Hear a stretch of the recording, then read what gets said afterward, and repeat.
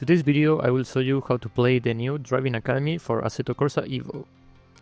So first, as you can see right now in the academy, I can access the academy even though I have the latest version. So this is because we are in the offline mode. As you can see right here, this red button, also here it appears as offline, so we need to change this. So to do this, we need to go to the settings, and now here on the gameplay.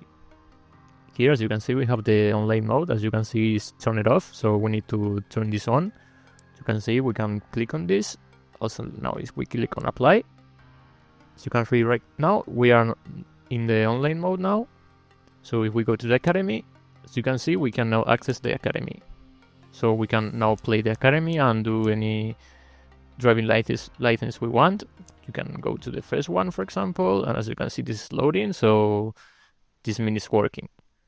So yeah, that's pretty much the video. If you like the video, leave a like and subscribe. See you next time.